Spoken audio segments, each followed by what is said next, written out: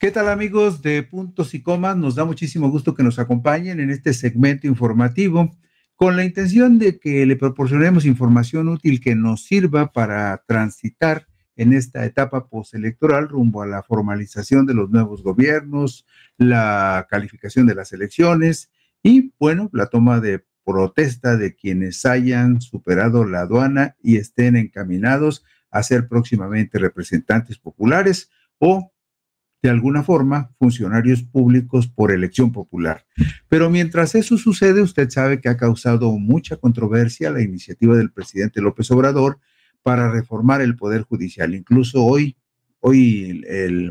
Morena y en particular Claudia Sheinbaum dio a conocer tres encuestas en particular, una de Las Heras, otra de Encol y otra realizada por su propio equipo interno de Morena, en la cual se concluye que la reforma del Poder Judicial va, porque la gente la pide, porque la gente la considera necesaria. Sin embargo, ¿cuáles son los cambios más significativos de la propuesta de reforma constitucional que el presidente López Obrador envió a la Cámara de Diputados el pasado 5 de febrero del 2024? Esta reforma relativa a la transformación y rediseño del Poder Judicial de la Federación. La iniciativa, que ha suscitado polémica, es un documento de 110 páginas que propone una transformación profunda en la cual el cambio medular es la elección de ministros, magistrados y jueces por voto directo de los ciudadanos, además de la creación de nuevas instituciones que regulen la disciplina en el Poder Judicial y combatan la corrupción en ese poder, cuya función primordial y sumamente delicada es administrar justicia, pero de manera pareja, no solamente para los potentados, para los ricos, también para los pobres que tienen derecho a ser atendidos de manera comedida por este Poder Judicial que pareciera estar solamente enfocado a atender a los de arriba. Bueno, pues este Poder Judicial tendrá que renovarse y el presidente ya planteó algunas ideas y unas propuestas muy concretas de reforma a artículos constitucionales para que esto suceda. La iniciativa de López Obrador propone reformas constitucionales para modificar de fondo toda la estructura del Poder Judicial de la Federación con el siguiente argumento.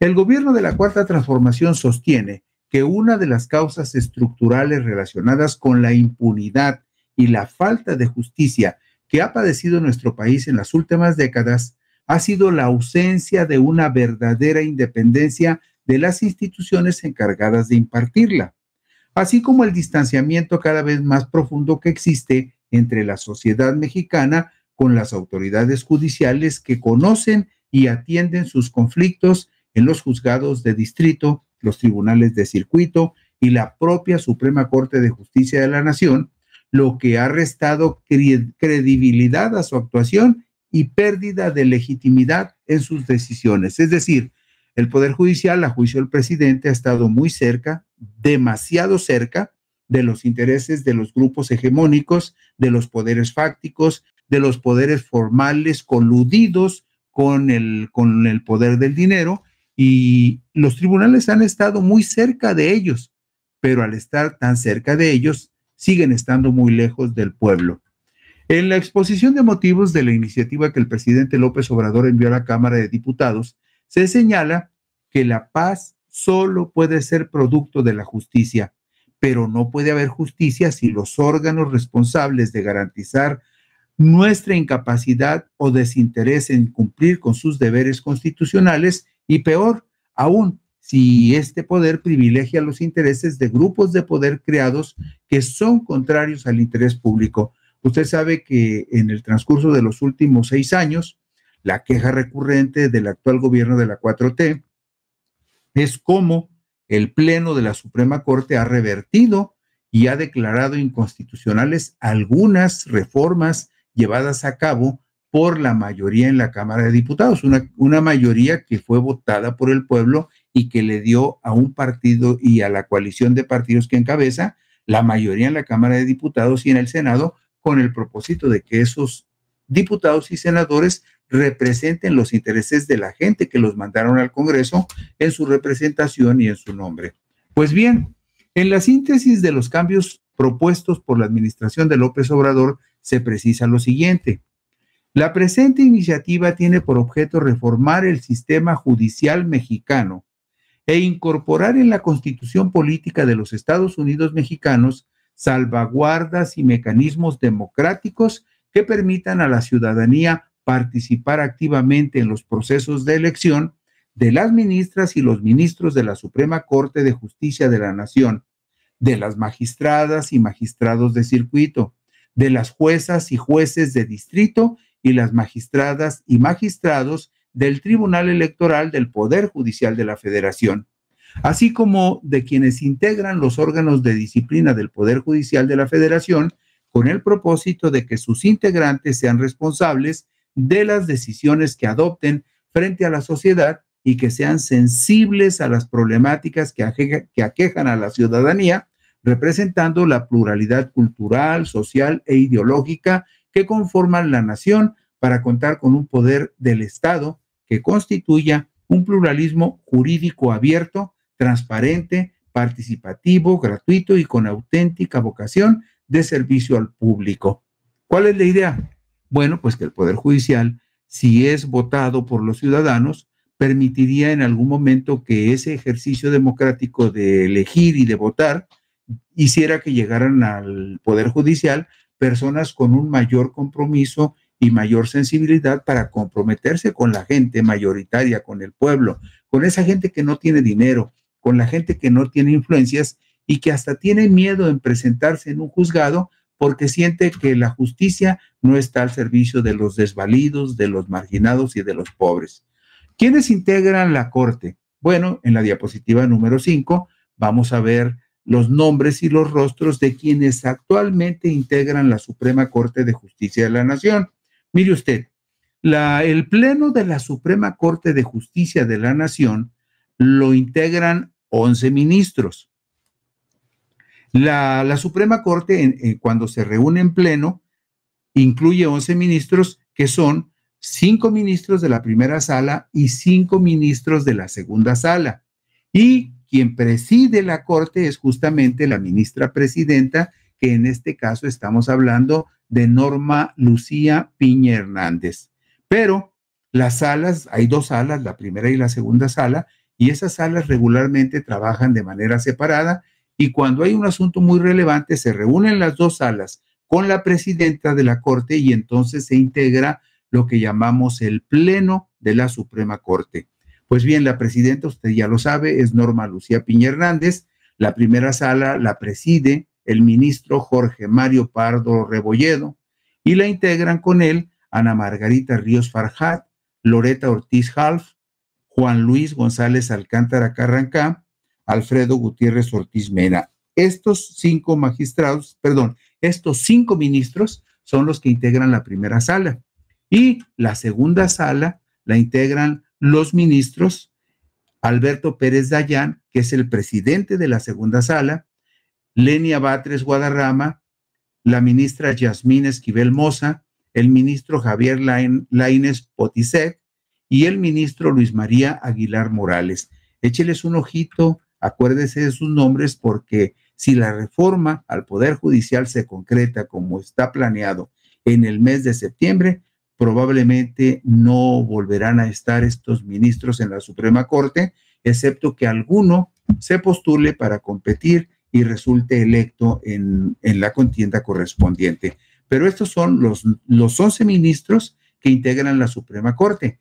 La propuesta del presidente López Obrador es que el Pleno de la Suprema Corte, en lugar de tener 11 ministros, solamente tenga 9 ministros. Pero vamos adelante con el asunto de los detalles de la iniciativa de reforma constitucional al Poder. Bueno, fíjese usted.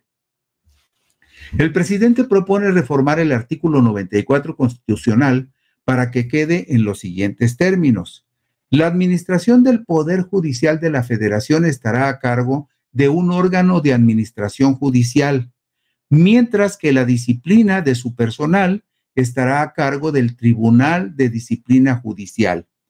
Estas 2 funciones, la de administrar el Poder Judicial y la de administrar la disciplina dentro del Poder Judicial, actualmente las desarrolla una sola instancia, que es el Consejo de la Judicatura Federal.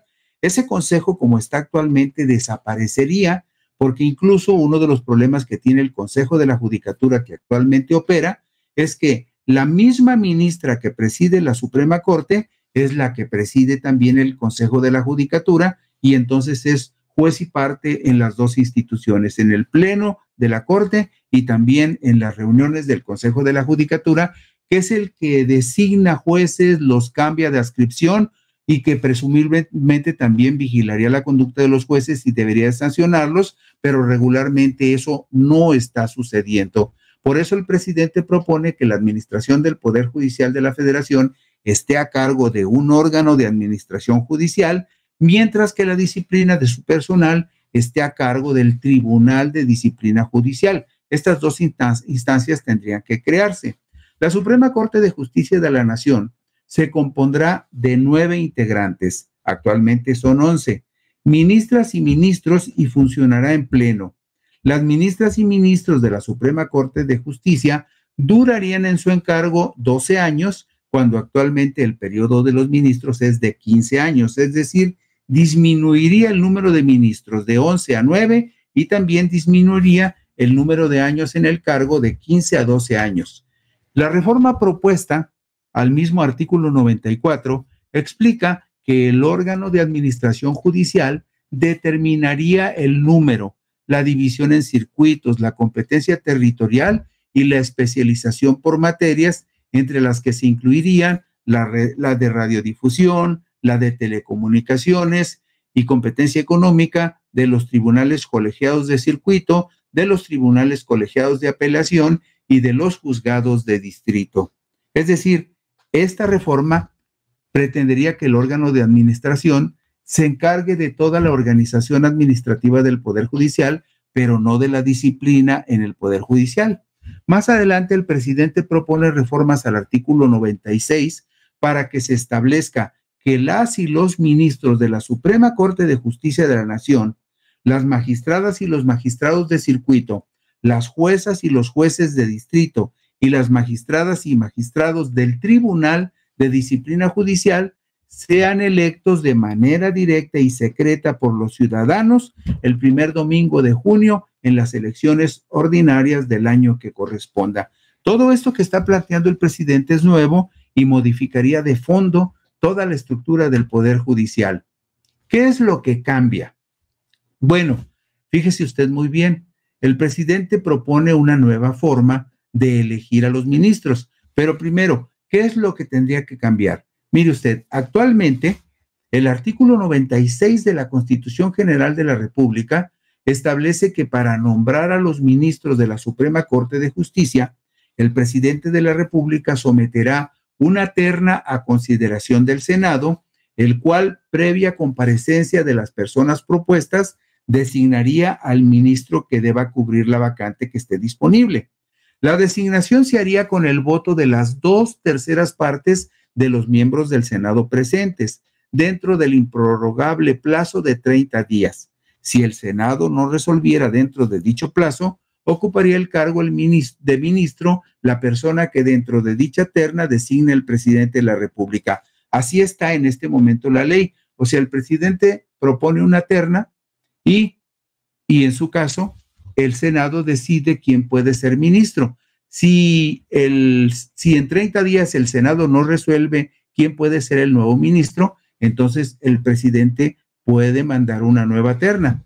En el caso de que la Cámara de Senadores rechace la totalidad de la terna propuesta, el presidente de la República someterá una nueva terna a consideración del Senado.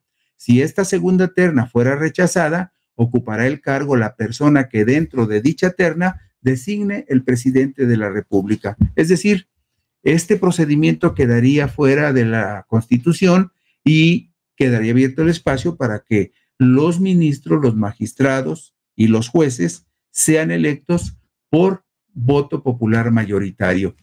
Y usted se preguntará, ¿qué son los tribunales colegiados de circuito? Es muy natural que se lo pregunte. Se habla mucho en el Poder Federal de los tribunales colegiados de circuito y de los jueces de distrito. Es parte del lenguaje que usan los juristas en algunos casos para adornarse y en otros casos para hacer inaccesible al ciudadano común el lenguaje jurídico, cuando debería de ser al revés, que el lenguaje jurídico fuera muy simple para que todos los ciudadanos lo entiendan. Pero lo vamos a decir de una manera muy, muy simple. ¿Qué son los tribunales colegiados de circuito y los jueces de distrito? Fíjese usted, un circuito judicial es el área geográfica en la cual tiene autoridad un tribunal colegiado de circuito. Así de sencillito el tema. En México hay 32 circuitos judiciales, prácticamente uno por cada estado de la República. Vamos a la segunda parte. Cada circuito judicial está dividido en distritos en los cuales tienen jurisdicción los jueces de distrito. Es decir, los tribunales colegiados de circuito son los que cubren una región amplia, que puede ser incluso un estado completo, pero ese estado completo está dividido en distritos y los jueces de distrito son los que están asignados a cada uno de esos distritos de esa entidad de la que se trata y en la que atiende un tribunal colegiado de circuito. Cada circuito está dividido en distritos en los cuales tienen jurisdicción los jueces de distrito. La idea del presidente, por ejemplo, es que los magistrados de circuito sean electos en los correspondientes circuitos. Por ejemplo, en el caso de, digamos, del circuito que corresponda a Jalisco, pues se tendrá que votar nada más por los magistrados que van a trabajar en el tribunal colegiado de circuito que corresponde a Jalisco y así sucesivamente. Y en el caso de los jueces, fíjese usted, se tendría que votar por los jueces en el distrito que corresponda a su aspiración de ser asignado como juez. Es decir, en cada distrito de la República se votaría por el juez que corresponda a ese distrito y entonces la gente podría conocer a los abogados que aspiren a ser jueces de distrito y de esa manera podrían elegir con mayor claridad si esa persona que pretende ser juez pareciera apropiada y dispuesta para servirle. Y nada más para ilustrar el ejemplo, cada circuito se divide en distritos judiciales, en tantos como lo determine el Consejo de la Judicatura en este momento o el organismo administrador del Poder Judicial que podría surgir después de la reforma. Pero mire, aquí está muy claro con los ejemplos. Ejemplos.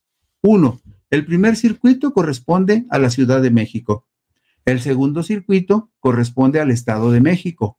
El tercer circuito corresponde al Estado de Jalisco.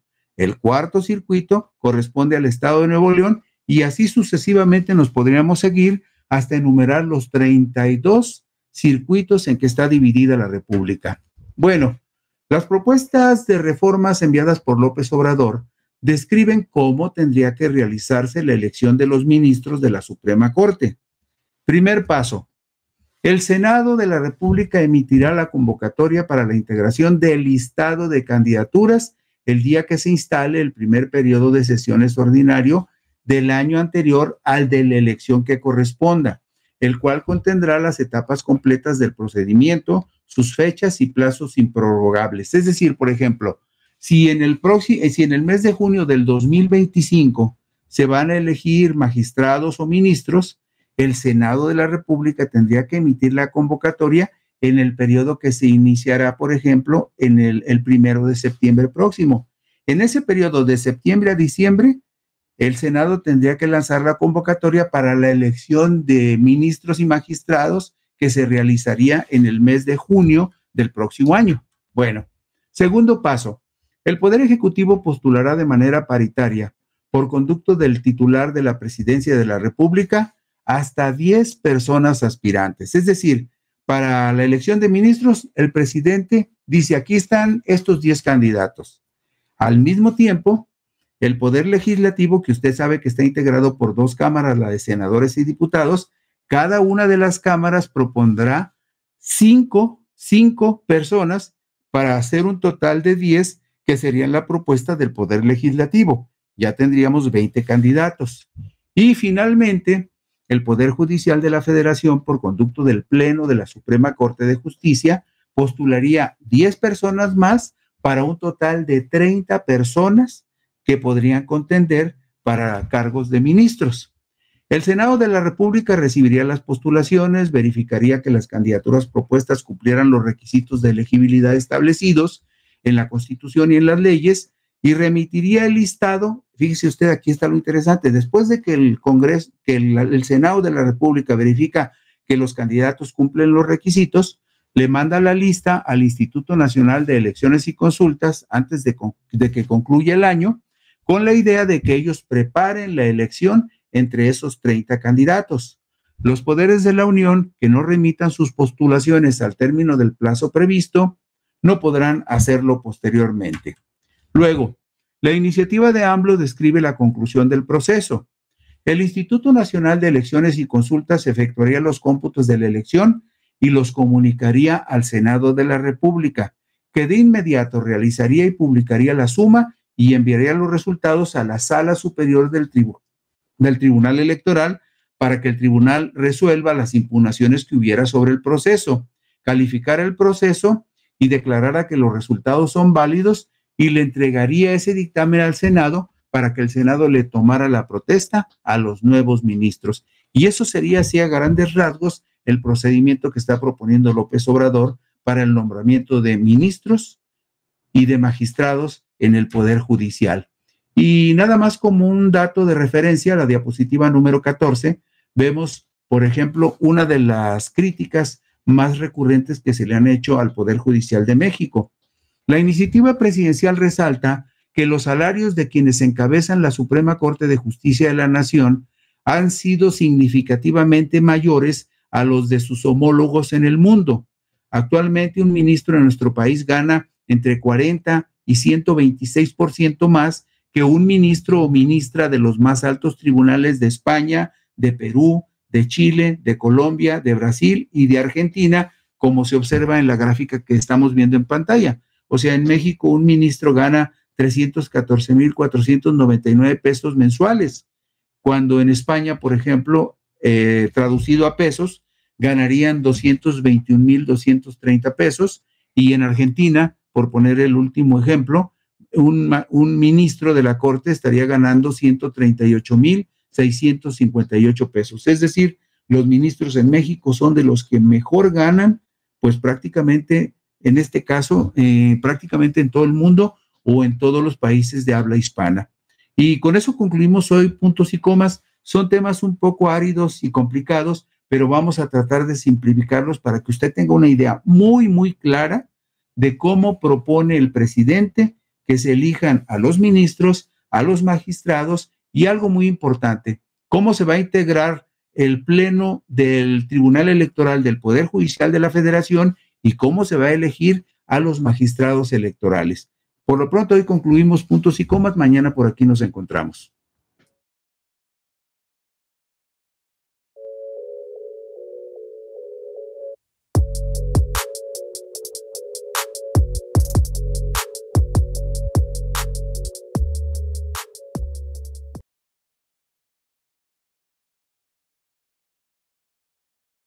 ¿Qué tal, amigos de Puntos y Comas? Nos da muchísimo gusto que nos acompañen en este segmento de información útil para tener mayor claridad sobre cómo va avanzando el proceso para la renovación de autoridades federales, estatales y sobre todo también cómo están avanzando los preparativos para llevar adelante las reformas, las 20 reformas que propuso el presidente López Obrador el pasado 5 de febrero.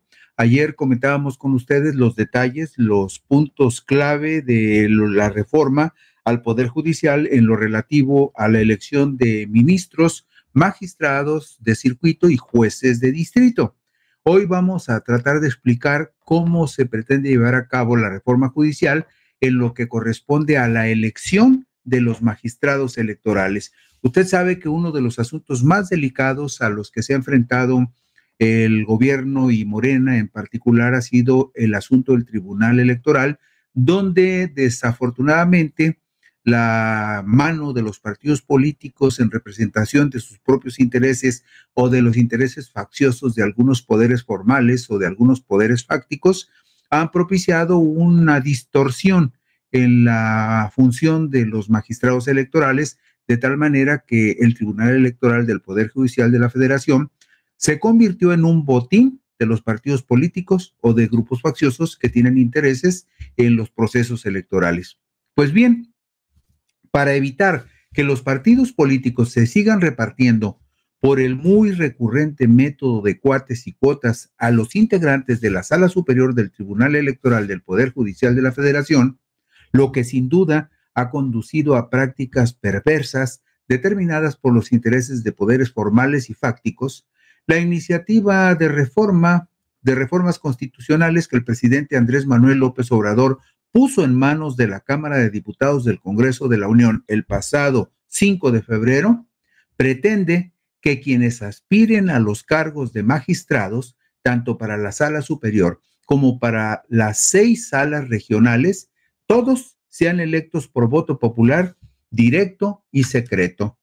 La iniciativa del presidente propone que tanto el Poder Ejecutivo, que él representa, como las 2 cámaras del Congreso de la Unión y la Suprema Corte de Justicia de la Nación propongan de manera paritaria 10 candidatos cada uno de estos 3 poderes para integrar el paquete de 30 aspirantes que serían puestos a consideración de los ciudadanos para ser votados en una elección nacional, mediante la cual se definiría quiénes serían los 7 ciudadanos perfilados para integrar la Sala Superior del Tribunal Electoral del Poder Judicial de la Federación con base en los sufragios que los respaldan. Esa sería la idea. ¿Y cómo se instrumentaría todo esto? Bueno, primero veamos cómo está la situación y qué es lo que se va a cambiar o lo que se pretende cambiar. Actualmente, el artículo 99 de la Constitución General de la República establece que los magistrados electorales que integran la Sala Superior y las 6 salas regionales serán elegidos por el voto de las 2/3 partes de los miembros presentes de la Cámara de Senadores a propuesta de la Suprema Corte de Justicia de la Nación por un periodo de 9 años improrrogables. Es decir, actualmente, para elegir un integrante, un magistrado electoral, un magistrado que integre la Sala Superior, la Cámara de Senadores tiene que esperar que el Poder Judicial, la Suprema Corte de Justicia, le entregue, digamos, una terna en caso de que se trate de sustituir solamente un magistrado, o las ternas que sean necesarias de acuerdo con la necesidad que se tenga de renovar a los magistrados electorales o a sustituir a algún magistrado electoral que por alguna razón dejó el cargo. El pasado mes de octubre hubo 2 magistrados que terminaron su periodo y hasta el momento no han sido nombrados, pese a que el Poder Judicial, en particular la Suprema Corte de Justicia de la Nación, ya mandó 2 ternas para que los senadores de esas 2 ternas elijan a los 2 nuevos magistrados electorales. Eso no ha ocurrido, pero el procedimiento actual se da de esa manera.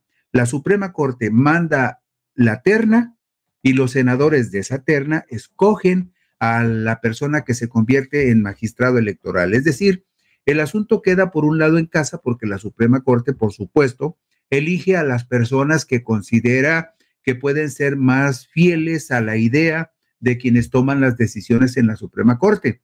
Y cuando esas ternas llegan a la Cámara de Senadores, los senadores se ponen a negociar alegremente cuál es el que mejor le conviene a los partidos políticos o a qué partido político le correspondería en ese momento tener mano para designar al candidato que considere que debe de ser magistrado. Es decir, todo el nombramiento de los magistrados se resume a una negociación política entre los senadores. Bueno, en la diapositiva número 4 vemos cómo está integrada en este momento la Sala Superior del Tribunal Electoral del Poder Judicial de la Federación.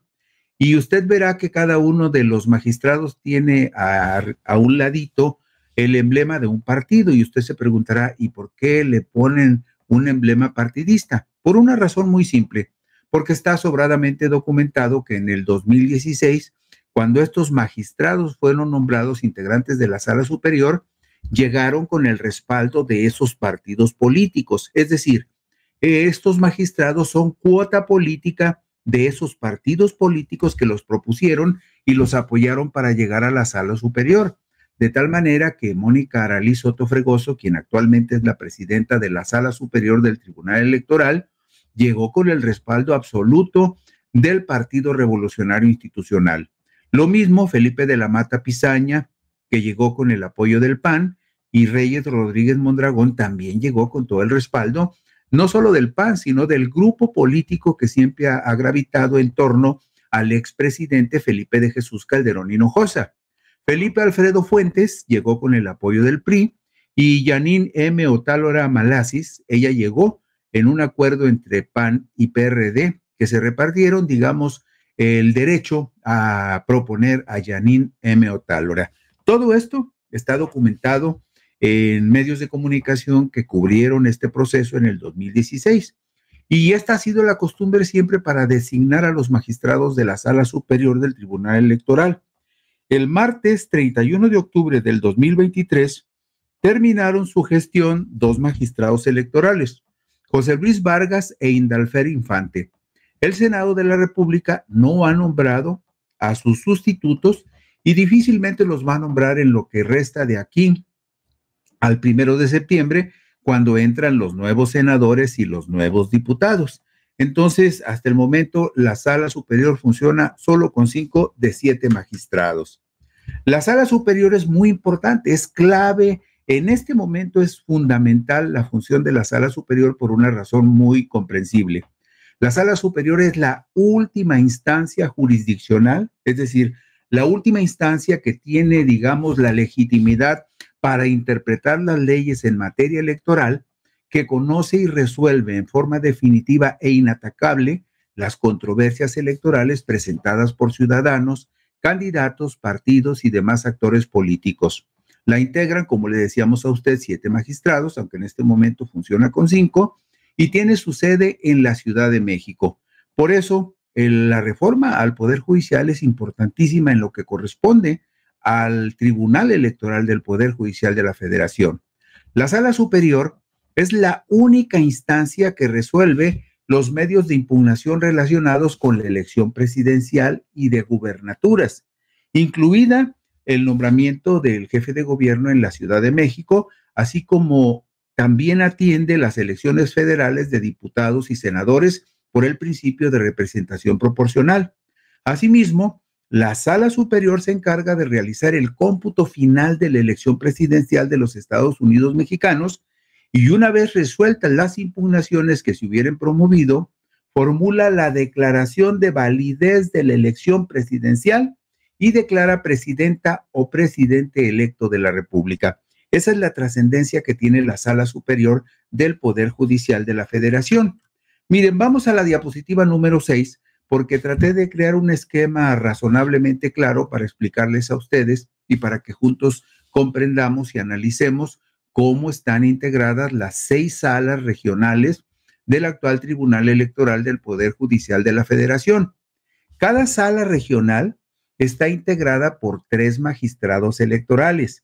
La iniciativa del presidente es que además de los 7 integrantes de la Sala Superior del Tribunal Electoral, también sean electos por voto popular los 3 magistrados electorales que integran cada una de estas 6 salas especializadas.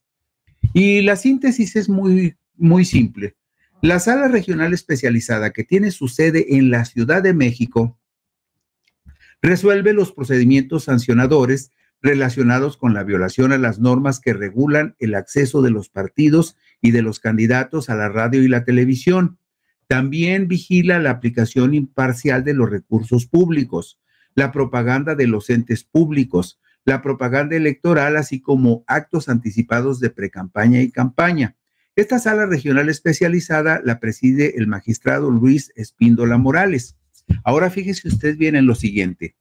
Tenemos la Sala Regional Guadalajara, la Sala Regional Monterrey, la Sala Regional Jalapa, la Sala Regional de la Ciudad de México y la Sala Regional de Toluca.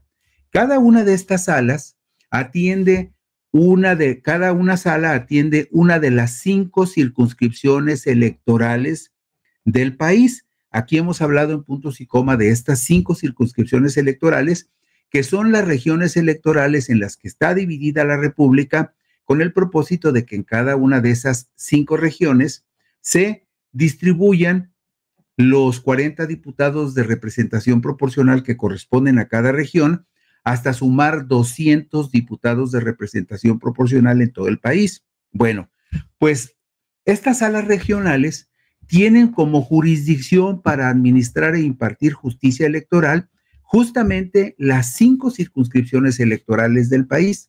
Y de acuerdo con la propuesta del presidente para la renovación del Poder Judicial, una de las propuestas es que los 3 magistrados electorales de cada una de estas salas regionales sean electos justamente en los territorios de los estados que incluyen cada una de las circunscripciones. Por ejemplo, los 3 magistrados electorales de la Sala Regional Guadalajara tendrían que ser votados por los ciudadanos de Baja California Sur, Chihuahua, Durango, Jalisco, Nayarit, Sinaloa y Sonora. Y nos vamos al caso, por ejemplo, de la Sala Regional de la Ciudad de México. Los 3 magistrados de esta sala regional, que es la cabecera de la 4ª circunscripción, los 3 magistrados de la Sala Regional Ciudad de México tendrían que ser votados por los ciudadanos de Ciudad de México, Guerrero, Hidalgo, Morelos, Puebla y Tlaxcala.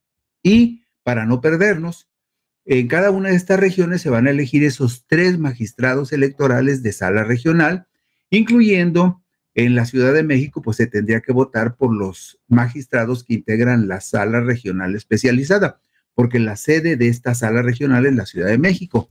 Pero en el caso específico de los magistrados que integran la sala superior del Tribunal Electoral, los 7 magistrados que integran la sala superior, esos serían votados en todo el país, es decir, en todos los estados de la República se tendría que votar por los candidatos a la sala superior del Tribunal Electoral, y los 7 que saquen las mayores votaciones, esos serían los que quedarían como 7 magistrados electorales en la sala superior del Poder Judicial. Ese es el meollo de la propuesta que hace el presidente de la República. Luego, vamos a la diapositiva número 7. ¿Cuál es el procedimiento propuesto para la elección de magistrados electorales de la Sala Superior del Tribunal Electoral del Poder Judicial de la Federación? Mire usted, traté de ordenarlo de la mejor manera posible para que sea más fácil entender el procedimiento. Los magistrados electorales que integrarían la Sala Superior serían elegidos el primer domingo de junio del año que corresponda, es decir, por ejemplo, ya no creo que alcance, pero, por ejemplo, si la idea fuera nombrar a los magistrados el año 2026, por poner un caso, las salas, en este caso, la Sala Superior, los magistrados electorales de la Sala Superior serían elegidos el primer domingo de junio del año que corresponde, es decir, tendrían que ser electos hasta junio del 2025, mediante el voto directo y secreto de la ciudadanía a nivel nacional, conforme al procedimiento que quedaría plasmado en el artículo 99 constitucional. ¿Por qué digo que hasta junio del 2025? Porque se supone que los nuevos legisladores, senadores y diputados toman posesión de su cargo hasta el 1 de septiembre. En septiembre tendrían que discutir y analizar muchas de las cuestiones que correspondan a la reforma electoral, y ya no habría tiempo para seguir el procedimiento que enseguida vamos a ver. ¿Cuál es el primer paso para la elección de los magistrados de la Sala Superior? Bueno, la iniciativa del presidente con respecto a la reforma del artículo 99 constitucional dice lo siguiente. Primer paso: el Senado de la República emitiría la convocatoria para la integración del listado de candidaturas el día que se instale el primer periodo de sesiones ordinarias del año anterior al de la elección. Esto sería, de acuerdo como está establecido en la ley, que el próximo periodo, el primer periodo de sesiones del Senado, se iniciaría el 1 de septiembre. Por lo tanto, no se podría aplicar un criterio de esta naturaleza, pues hasta septiembre se va a analizar y probablemente a votar la reforma electoral, la reforma al Poder Judicial, y en este caso referida al Tribunal Electoral. Entonces, este primer paso ya no aplicaría para el año 2020, aplicaría para el año 2000, ya no aplicaría para el año 2025, porque no alcanzarían los tiempos, excepto que se modifique la iniciativa y se establezca en algún artículo transitorio que se pueda llevar a cabo esta elección en junio del próximo año. Pero de acuerdo con este criterio no se podría. Segundo paso, el presidente de la República propondría 10 candidatos. Las cámaras de diputados y senadores postularían cada una de ellas 5 candidatos para un total de 10 propuestas del Poder Legislativo Federal. El Poder Judicial de la Federación, por conducto del Pleno de la Suprema Corte de Justicia de la Nación, postularía 10 candidatos más. Es decir, estamos hablando aquí de 30 candidatos propuestos, 10 por la presidencia, 10 por el Poder Legislativo y 10 por el Poder Judicial. En la diapositiva 8 vemos el tercer paso. El Senado de la República recibiría las postulaciones, verificaría que las candidaturas propuestas cumplieran los requisitos de elegibilidad establecidos en la Constitución y remitirían el listado al Instituto Nacional de Elecciones y Consultas antes de que concluya el año anterior al de la elección que corresponda, a efectos de que organice el proceso electivo. Es decir, todo esto tendría que ocurrir entre septiembre, octubre y noviembre para que se pudiera hacer la elección en junio del año próximo. Pero de acuerdo como está establecido en la iniciativa original, esto solamente sería posible si se estableciera como una excepción un artículo transitorio que dijera, bueno, aunque en este momento los tiempos no coinciden con los de la iniciativa, podríamos hacer la salvedad de que por única ocasión se llevara a cabo la elección. Pero eso lo tendrán que decidir los diputados y los senadores en el momento de analizar, discutir y en su caso aprobar la iniciativa del presidente.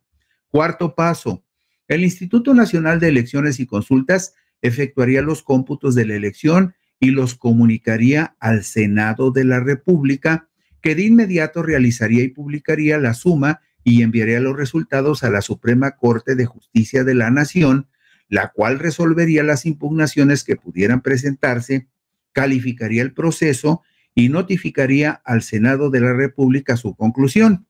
Y el quinto paso es el siguiente.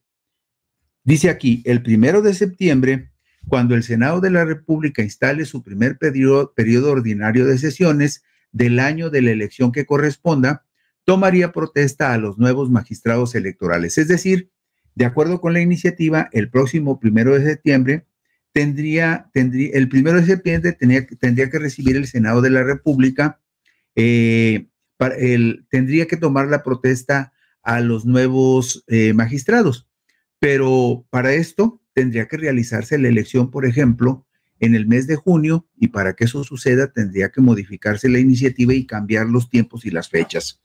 Los magistrados electorales que integren la Sala Superior del Tribunal Electoral del Poder Judicial de la Federación durarán en su encargo 6 años improrrogables, es decir, los magistrados electorales de la Sala Superior serían electos por 6 años y los magistrados electorales que integren las salas regionales serían electos popularmente mediante voto directo y secreto en cada una de las regiones donde ellos trabajarían durante su encargo de 6 años improrrogables. Este sería el procedimiento que se llevaría a cabo si se aprobara en las cámaras de senadores y de diputados.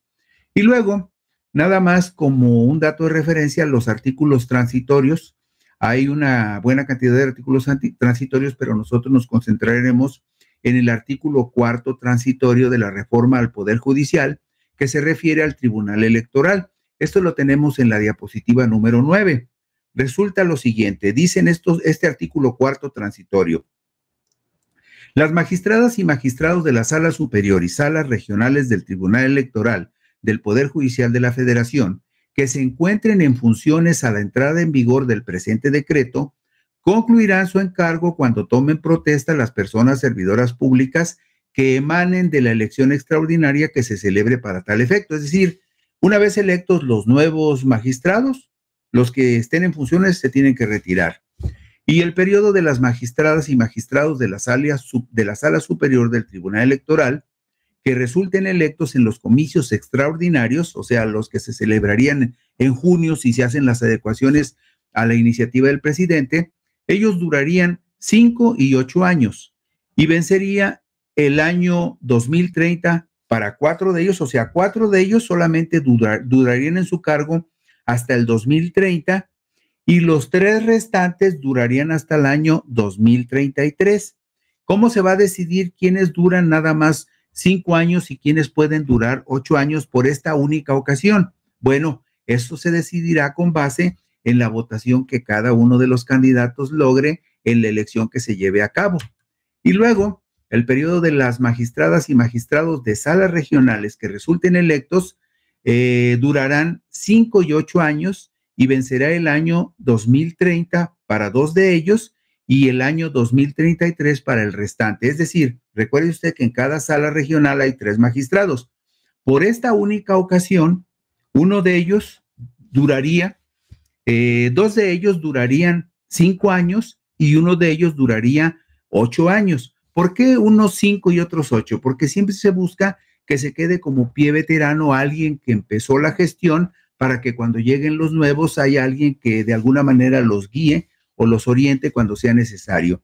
Los periodos que corresponden a cada magistratura electa se determinarán en función del número de votos que obtenga cada candidatura, correspondiendo un periodo mayor a quienes alcancen mayor votación en la elección. Es decir, los que saquen más votos van a durar por esta única ocasión 8 años y los que saquen menos durarán solo 5. Aunque recuerde usted una cosa que es muy importante, el periodo para los magistrados electorales, en el caso de los magistrados, de los magistrados electorales de la sala superior, estamos hablando de que en ese caso estaríamos hablando de que durarían, de acuerdo con lo que está establecido en la iniciativa, los de la sala superior durarían en este caso 7 años y los que integren las salas regionales estarían durando, perdón, ahorita les doy ese dato, los que sean electos para la sala superior durarían en sus encargos 6 años y los que sean electos para las salas regionales también durarían 6 años, pero por tratarse de una elección de magistrados nuevos, se hacen 2 excepciones. Algunos solamente durarán 5 años y otros durarán 8 años, pero a partir de la siguiente elección, todos durarían nada más 6 años en el periodo para el cual fueran electos. Y esto es lo medular de la elección de los magistrados de la sala superior y de las 6 salas regionales del poder del Tribunal Electoral del Poder Judicial de la Federación. Espero que la explicación sea útil para que podamos entender todos con mayor claridad cuál es el fondo de la propuesta que hizo el presidente de reformas constitucionales, en particular con respecto al Poder Judicial y en este caso específico al Tribunal Electoral del Poder Judicial de la Federación. Gracias. Mañana nos encontramos por aquí en Puntos y Comas.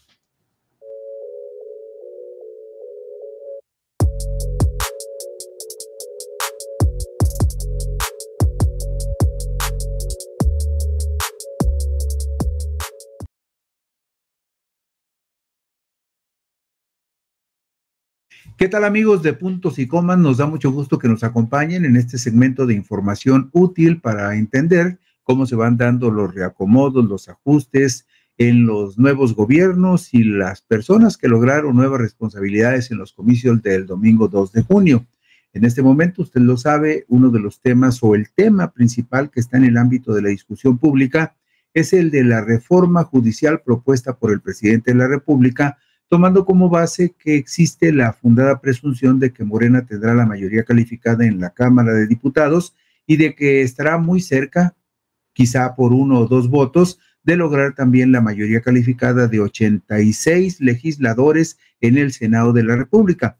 Esto significa que Morena estaría en posibilidades en la próxima legislatura que se inicia justamente el 1 de septiembre de llevar adelante reformas constitucionales, incluyendo esta que es fundamental de la reforma al Poder Judicial.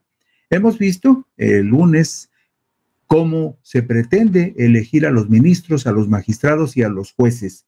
Y también veíamos ayer cómo se pretende elegir a los magistrados electorales de la Sala Superior y a los magistrados de las 6 salas regionales que tiene también el Tribunal Electoral. Usted sabe que en cada una de las salas regionales hay 3 magistrados, que en la Sala Superior del Tribunal Electoral son 7, que en la Suprema Corte de Justicia, en el Pleno de la Suprema Corte de Justicia, trabajan de manera colegiada 11 ministros y que cuando no se reúnen en pleno, los ministros se separan y trabajan en 2 salas, la primera y la segunda sala, donde hay 5 ministros en cada una, en tanto que el presidente de la Corte queda fuera de esa responsabilidad y solo acude a las sesiones cuando son sesiones del Pleno de la Suprema Corte.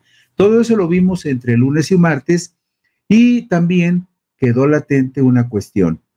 La iniciativa de reformas al Poder Judicial de la Federación, enviada por el presidente Andrés Manuel López Obrador a la Cámara de Diputados Federal el pasado 5 de febrero del 2024, pretende que ministros, magistrados y jueces sean electos por voto popular, voto libre y directo, pero también contempla la respuesta a una de las más reiteradas inquietudes de los ciudadanos. ¿Quién investigaría y sancionaría a los integrantes del Poder Judicial que cometieran omisiones, infracciones administrativas, actos de corrupción o delitos en perjuicio de los más altos intereses de la justicia y en perjuicio de los ciudadanos? Esa es una inquietud que la mayoría de la gente tiene también cuando le decimos, se va a reformar el Poder Judicial, se van a elegir ministros, magistrados y jueces mediante un proceso de elección directa por los ciudadanos. Bien, pero ¿quién los va a vigilar? ¿Quién va a estar al pendiente de que cumplan y respeten la ley y no abusen en perjuicio de la gente que más necesita de la justicia, que es la gente pobre, la gente que no tiene dinero, la gente que no tiene influencias, la gente que en términos coloquiales podríamos decir no tiene agarraderas en el Poder Judicial, como si lo tienen algunos políticos poderosos o algunos potentados que tienen dinero o influencias? Pues bien, en la reforma del artículo 97 constitucional,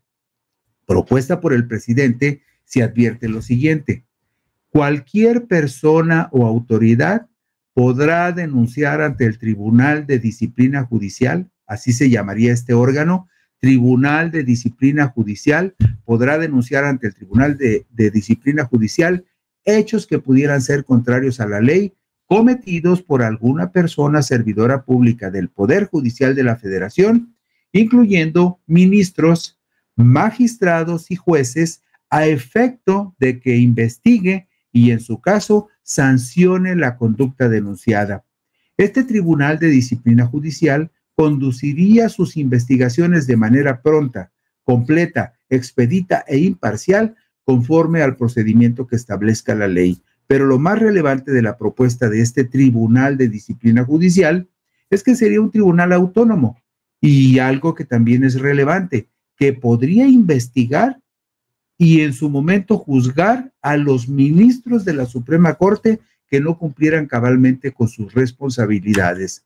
Pues bien, vamos a la diapositiva número 3 porque explicaremos lo que contempla en este momento la ley con respecto a la disciplina en el Poder Judicial y lo que propone la iniciativa del presidente López Obrador. ¿Qué es lo que actualmente existe y qué es lo que cambiaría en el Poder Judicial de la Federación con respecto a la vigilancia y disciplina de magistrados y jueces? Mire usted, el artículo 94 de la Constitución General de la República establece en este momento, actualmente en este momento, que se deposita el ejercicio del Poder Judicial de la Federación en una Suprema Corte de Justicia de la Nación, en un tribunal electoral que tiene plenos regionales, en tribunales colegiados de circuito. Ya le comentábamos a usted en uno de los puntos anteriores que los tribunales colegiados de circuito son más o menos equivalentes a los estados de la República. Hay 32 tribunales colegiados de circuito y hay 32 entidades en el país. Y también están los tribunales colegiados de apelación y los juzgados de distrito.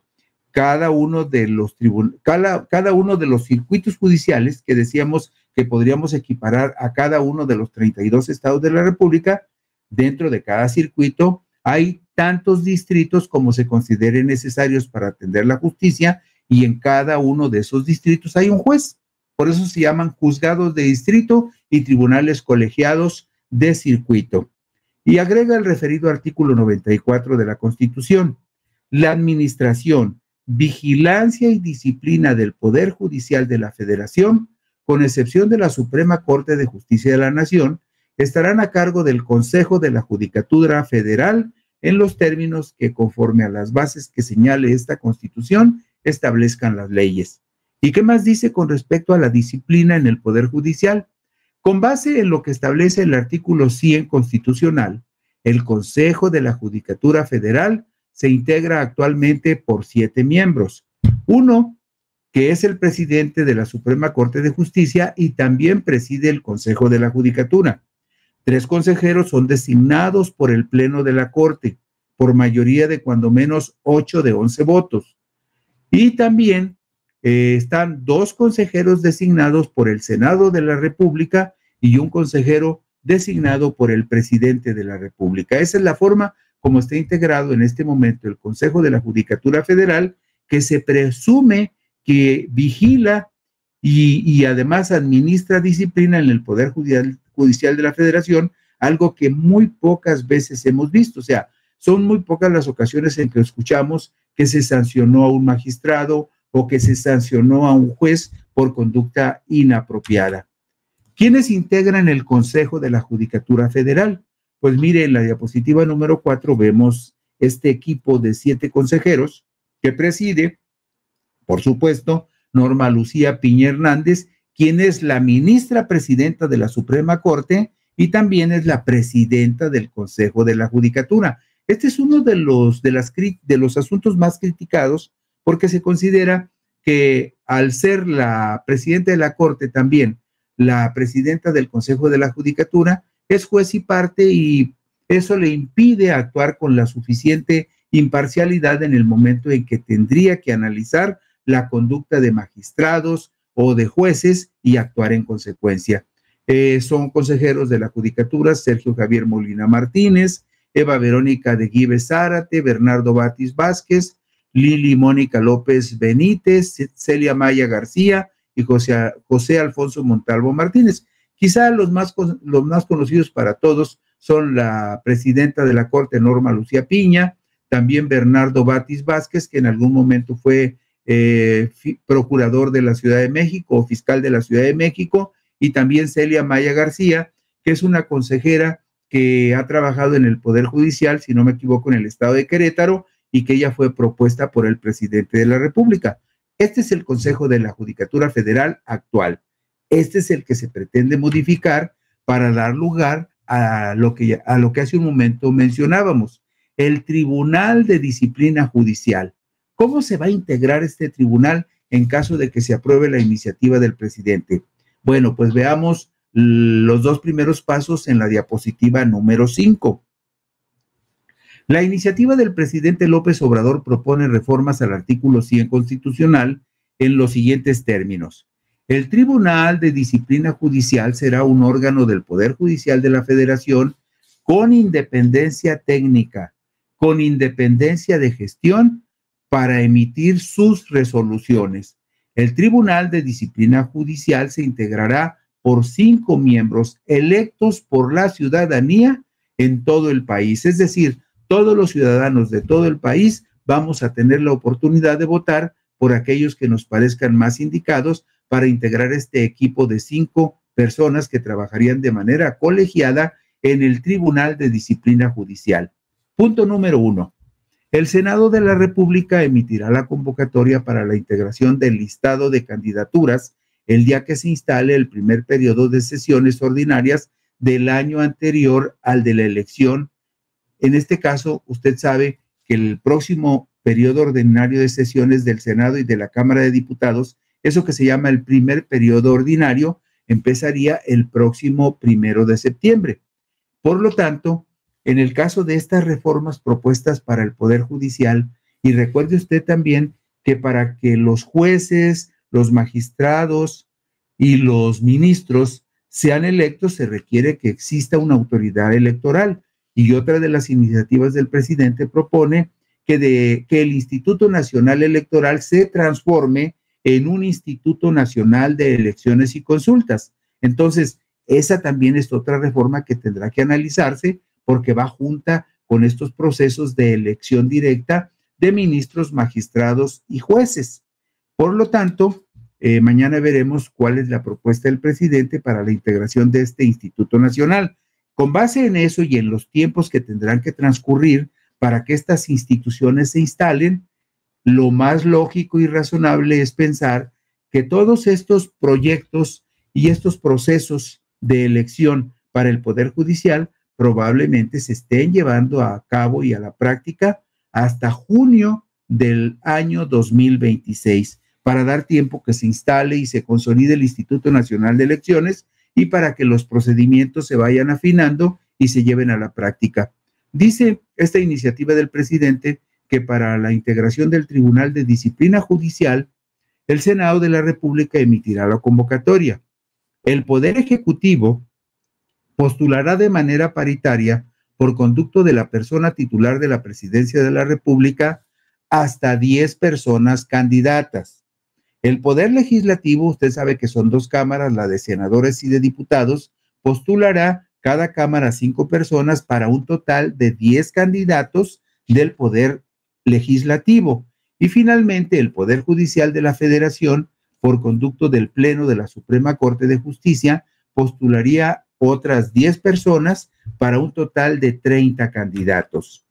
El Senado de la República, lo vemos en la diapositiva 6, el Senado de la República recibiría las postulaciones, verificaría que las candidaturas propuestas cumplan los requisitos de elegibilidad establecidos en la Constitución y remitirá el listado de los que cumplan los requisitos al Instituto Nacional de Elecciones y Consultas para que el Instituto Nacional de Elecciones y Consulta prepare la elección para el siguiente mes de junio. Bueno, pues el Instituto Nacional de Elecciones y Consulta efectuaría los cómputos de la elección y los comunicaría al Senado de la República, que de inmediato realizaría y publicaría la suma y enviaría los resultados a la Sala Superior del Tribunal Electoral del Poder Judicial. ¿Para qué? Para que el Tribunal Electoral resuelva las impugnaciones que hubiese, califique la elección y una vez que el tribunal califica la elección como válida, ya el Senado de la República, al iniciar su primer periodo de sesiones en el mes de septiembre, le tomaría la protesta a los nuevos integrantes de este Tribunal de Disciplina Judicial. ¿Y qué más pasaría? Bueno, ¿cuáles serían las facultades del Tribunal de Disciplina Judicial y cómo funcionaría? Bueno, eso lo podemos ver, Luis, en la diapositiva número 7. La iniciativa del presidente López Obrador precisa lo siguiente: el Tribunal de Disciplina funcionará en pleno. Fíjese usted, podrá conocer, investigar, sustanciar y en su caso sancionar a las personas servidoras públicas del Poder Judicial de la Federación que incurran en actos u omisiones contrarias a la ley, contrarias al interés público o a la adecuada administración de justicia, incluyendo aquellas vinculadas con hechos de corrupción, de tráfico de influencias, de nepotismo, que es un vicio muy enraizado en el Poder Judicial, la complicidad o encubrimiento de presuntos delincuentes o cuando sus determinaciones no se ajusten a los principios de objetividad, imparcialidad, independencia, profesionalismo o excelencia, además de los asuntos que la ley determine. Es decir, si usted, por ejemplo, como ciudadano observa que hay una acción del Poder Judicial en cualquiera de sus esferas, va con el Tribunal de Disciplina y en ese Tribunal de Disciplina dice, oigan, yo vengo a presentar una queja contra tal magistrado, contra tal juez o incluso contra tal ministro porque observo que ha hecho esto que me parece un acto de abuso, de un acto delictivo incluso. Y entonces el Tribunal de Disciplina Judicial ponderará si existen elementos suficientes para iniciar una investigación y lo hará si es necesario. Agrega la iniciativa del presidente que las sanciones que emita el tribunal podrían incluir la amonestación, la suspensión, la sanción económica, la destitución y la inhabilitación, con excepción de ministros que solo podrán ser removidos en los términos del título cuarto de esta Constitución. El título cuarto de la Constitución dice que los ministros de la Suprema Corte solamente pueden ser destituidos después de que se les instaure un juicio político. Vamos a ver adelante cómo es este asunto del juicio político. Pero el tribunal podrá requerir información, llamar a comparecer y apercibir a las personas servidoras públicas del Poder Judicial de la Federación para el desarrollo de sus investigaciones. Todo esto que estamos viendo significa también algo muy importante. Si este Tribunal de Disciplina Judicial investiga y concluye que algún servidor público del Poder Judicial cometió un delito, lo tendrá que poner a disposición de los tribunales para que sea procesado y sancionado de acuerdo con la gravedad del delito. Lo pondrá a disposición de la Fiscalía. La Fiscalía, en todo caso, solicitará que se obsequie la orden de aprehensión y que este funcionario judicial del rango que sea, si tiene en algún momento, si está sujeto al supuesto, a la presunción de que cometió un delito, también puede ser sancionado por la vía penal. Aquí estamos hablando de las sanciones de carácter administrativo, pero eso no excluye que quien cometa un delito y que el Tribunal de Disciplina Judicial lo corrobore y lo investigue y lo pruebe, lo ponga a disposición de la autoridad para que sea procesado y en muchos casos encarcelado si así fuera el supuesto. Bueno, ¿cuál es la responsabilidad de los ministros de la Suprema Corte? Mire usted, el título cuarto de la Constitución se refiere a los ministros de la Suprema Corte y describe las responsabilidades de los servidores públicos, de los particulares vinculados con faltas administrativas graves o hechos de corrupción y del daño patrimonial al Estado. ¿Qué establece el título cuarto en particular con respecto a la remoción de los ministros de la Suprema Corte? Bueno, el artículo 110 dice que podrán ser sujetos de juicio político los ministros de la Suprema Corte de Justicia y que las sanciones consistirán en la destitución del servidor público y en su inhabilitación para desempeñar funciones, empleos, cargos o comisiones de cualquier naturaleza en el servicio. Pero que quede clara una cosa, esto no exime a ningún juez, ministro o magistrado de ser sometido a proceso penal en caso de que hubiese cometido algún delito. Y finalmente, miren, ¿cuál es el procedimiento que se tendría que seguir para instaurarle juicio político a los ministros de la Corte? Bueno, para la aplicación de las sanciones a que se refiere el artículo 110 sobre la destitución del servidor público y en su caso la inhabilitación para desempeñar cargos públicos, la Cámara de Diputados procederá a la acusación respectiva y a la petición de juicio político ante la Cámara de Senadores, previa declaración de la mayoría absoluta del número de los miembros presentes en la sesión de la Cámara, después de haber sustanciado el procedimiento respectivo y con audiencia del inculpado. Es decir, si la Cámara encuentra elementos para concluir que el ministro cometió faltas graves que ameriten ser sometido a juicio político y destituido, le notifica a la Cámara de Senadores y le entrega el expediente. Y además, este artículo 110 constitucional dice que, conociendo de la acusación, la Cámara de Senadores, erigida en jurado de sentencia, aplicaría la sanción correspondiente mediante resolución de las 2/3 partes de los miembros presentes en la sesión, una vez practicadas las diligencias correspondientes y con audiencia del acusado. Las declaraciones y resoluciones de las cámaras de diputados y senadores son inatacables. Es decir, si la Cámara de Diputados y la de Senadores dicen va el juicio político y se le declara culpable al ministro, no hay ningún recurso que pueda impedir que se le aplique la ley. Y finalmente, los magistrados y magistradas del Tribunal de Disciplina Judicial durarían 6 años en su cargo y serían sustituidos de manera escalonada.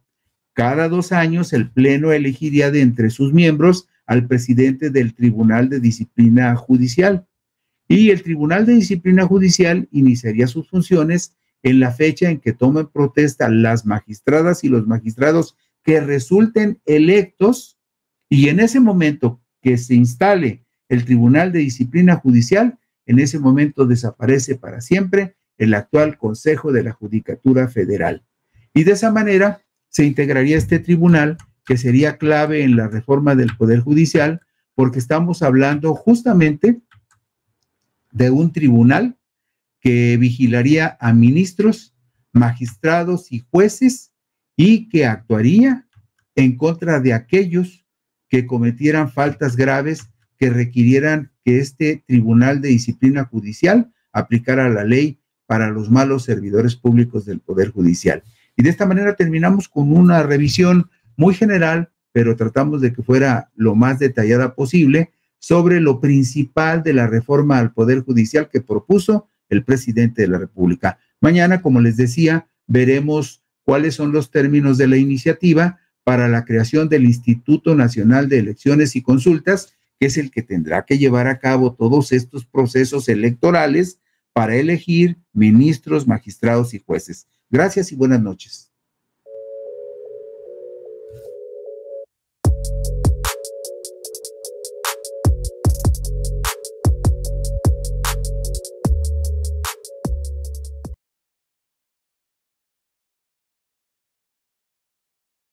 ¿Qué tal, amigos de Puntos y Comas? Nos da muchísimo gusto que nos acompañe en este segmento de información útil para entender todo el proceso postelectoral, hacia dónde van los nuevos funcionarios, los nombramientos que ya están sucediendo y la forma como se va a dar el proceso de toma de protesta y de posesión de muchos de ellos, entre ellos 8 gobernadores y la jefa de gobierno de la Ciudad de México, la nueva presidenta, los 500 diputados federales, los 128 senadores. Todo eso es parte del proceso, pero también algo muy importante, una serie de reformas, por lo menos 20 iniciativas de reforma constitucional que el presidente López Obrador envió a la Cámara de Diputados el 5 de febrero y algunas de ellas en particular, sobre todo las que se refieren a las reformas constitucionales para reformar el Poder Judicial, para refundar el Poder Judicial, tendrán que ir acompañado con otras reformas que tendrían que ver con la refundación del Instituto Nacional Electoral,